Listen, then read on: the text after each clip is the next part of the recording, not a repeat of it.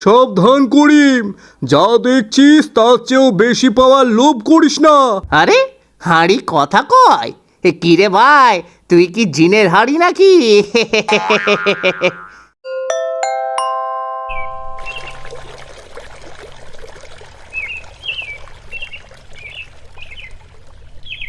দুপুরে কড়া রোদ। গ্রামের মাঠে গরু চড়াতে চড়াতে ক্লান্ত হয়ে একটা বড় গাছের নিচে বসে পড়ল করিম। উফ, এ জীবন দিয়ে আর চলে না রে। সকাল থেকে দুপুর পর্যন্ত রোদ খাইয়া গরু চড়ালাম, বিনিময়ে পাইলাম কি? এই শুকনা চিড়া আর গুড়। দুনিয়াতে কত মানুষ রাজার হালে আছে, আর আমার কপালটা দেখ।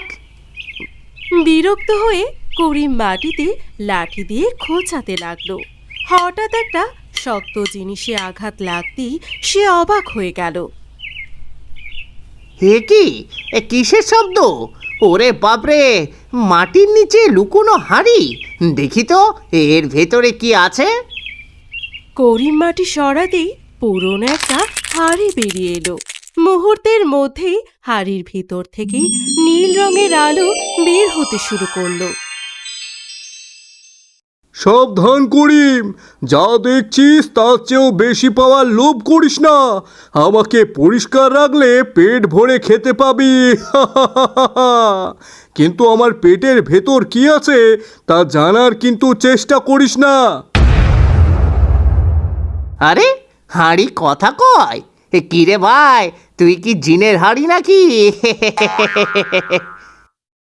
আমি কে সেটা বড় কথা না, আমার শর্ত মানলে ভালো থাকবি, না মানলে ধ্বংস হয়ে যাবি, ধ্বংস। সেই দিন থেকে প্রতিদিন ভোরে করিমের জন্য হাঁড়ি নিজে থেকেই সুস্বাদু খাবার তৈরি করে দিত। করিমের জীবন বদলে যেতে লাগলো। বাহ বাহ বাহ বাহ, প্রতিদিন সকালে এক গামলা পোলাও মাংস। কতদিন যে খাসির মাংস খাই না। কিন্তু এই হাঁড়ির পেটের ভেতর কি আছে? নিশ্চয়ই হীরা জহরত। শুধু খাবার দিয়ে তো আর আমি ধনী হইতে পারুম না। করিম, খবরদার, তুই নিজের বিপদ নিজেই ডাকছিস। তুই চুপ কর তো। সারা জীবন খাটুনি করলাম, এখন সুযোগ পাইছি ধনী হওয়ার, আর তুই কিনা আমাকে উপদেশ দিস? আজ তোকে ভাঙবই। লোভ ধীরে ধীরে করিমের মন দখল করে নিল।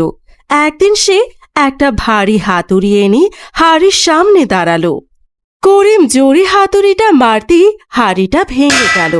সঙ্গে সঙ্গে চারিদিকে ঘন কালো ধোঁয়া ছড়িয়ে পড়ল। কয়েক মুহূর্তের মধ্যেই পুরো গ্রামে আতঙ্ক ছড়িয়ে পড়ল।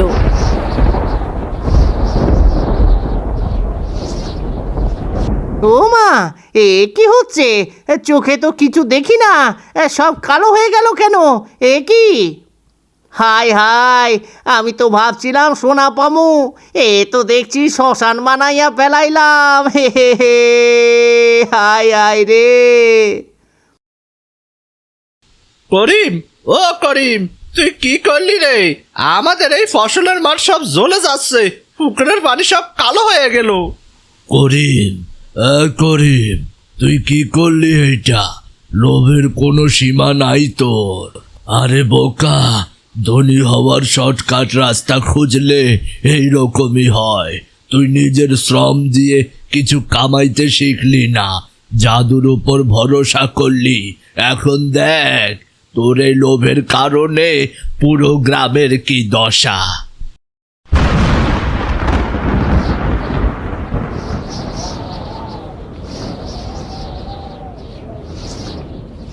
দাদু, আমি তো শুধু ধনী হইতে চাইছিলাম, আমি তো জানতাম না এমন হইব। আমাকে বাঁচান দাদু, আমাকে বাঁচান। দাদু, আপনি যা বলবেন আমি তাই করব। এই ধোঁয়া কিভাবে থামাবো? আমাকে বাঁচান দাদু, আমাকে বাঁচান। ধোঁয়া থামানোর কোনো মন্ত্র নাই, আছে শুধু প্রায়শ্চিত্ত। নিজের হাত দিয়ে যতটুকু ক্ষতি করেছিস, নিজের হাত দিয়ে তা সরাতে হবে।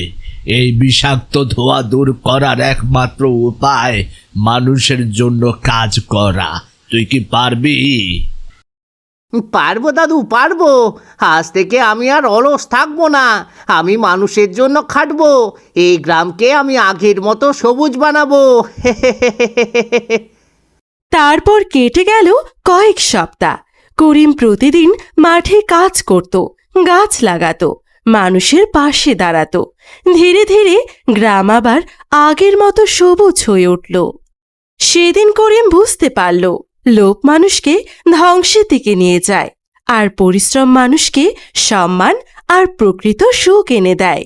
কেমন লাগছে রে করিম? দাদু, আগে যখন জাদুর খাবারে পেট ভরতাম তখন তৃপ্তি পাইতাম না, কিন্তু আজ নিজের হাতে ধান লাগাইয়া যখন দেখি ফসল বড় হচ্ছে তখন যে শান্তি লাগে, এটা জাদুর হাঁড়ি দিয়া পাওয়া সম্ভব না। হ্যাঁ, ঠিক বলেছিস। মানুষ যখন নিজের ঘাম ঝরিয়ে কিছু পায় তখন সেটা শুধু সম্পদ হয় না, সেটা আশীর্বাদও হয়ে যায়।